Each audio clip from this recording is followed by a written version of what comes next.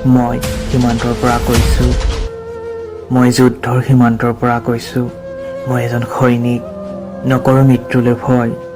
দেশ মাতৃৰ বাবে প্ৰাণ আহুতি দিবলৈ অকণো কুণ্ঠাবোধ নকৰোঁ মই, কাৰণ মই এজন সৈনিক। আমাৰ দেশৰ জনতাৰ জীৱন আৰু সম্পত্তি বচোৱাই হৈছে আমাৰ প্ৰধান দায়িত্ব। নিজৰ ঘৰৰ আপোনজনক এৰি সীমান্তৰ শীৰ্ষত যেতিয়া যুদ্ধৰ বাবে যাওঁ, তেতিয়া যেন ঘৰৰ মানুহৰ মুখবোৰ এবাৰ মোবাইলত চাই লওঁ জানা। কোনে জানে আমাৰ মৃত্যু কোন মুহূৰ্তত হয়। সীমান্তত পদে পদে মৃত্যুৰ ভয়, তাৰ মাজতো আমি নিজৰ কৰ্তব্য পালন কৰোঁ।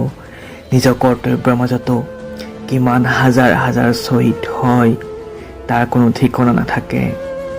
আমি কেৱল দেশ মাতৃৰ বাবে নিজৰ জীৱন উচৰ্গা কৰি দিওঁ।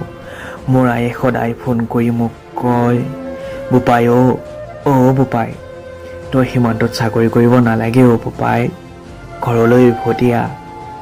মই আইক সাহসেৰে কওঁ, আই, মই যদি যুদ্ধত শ্বহীদ হওঁ, তই গৌৰৱেৰে ক'ব পাৰিবি মোৰ পুত্ৰ এজন দেশৰ বীৰ শ্বহীদ সৈনিক জোৱান আছিলে।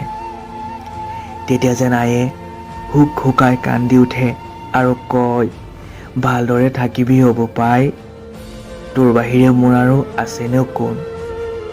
মই মনতে ভাবোঁ, মই আইৰ বাবে জীয়াই থাকিব পাৰিলে ভাল আছিলে জানা। কিন্তু উপায় নাই, মই এজন সৈনিক জোৱান। কোন মুহূৰ্তত মোৰ মৃত্যু হয় তাৰ কোনো ঠিকনা নাথাকে। মুহূৰ্তৰ ভিতৰতে যুদ্ধৰ তললৈ জঁপিয়াই যাব লাগে।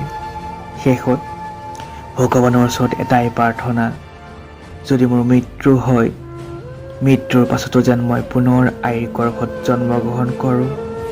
আজিলৈ হ'ব দে আই, বন্দুকৰ শব্দ শুনিছোঁ নহয়, যুদ্ধৰ তললৈ যাওঁ। ধন্যবাদ।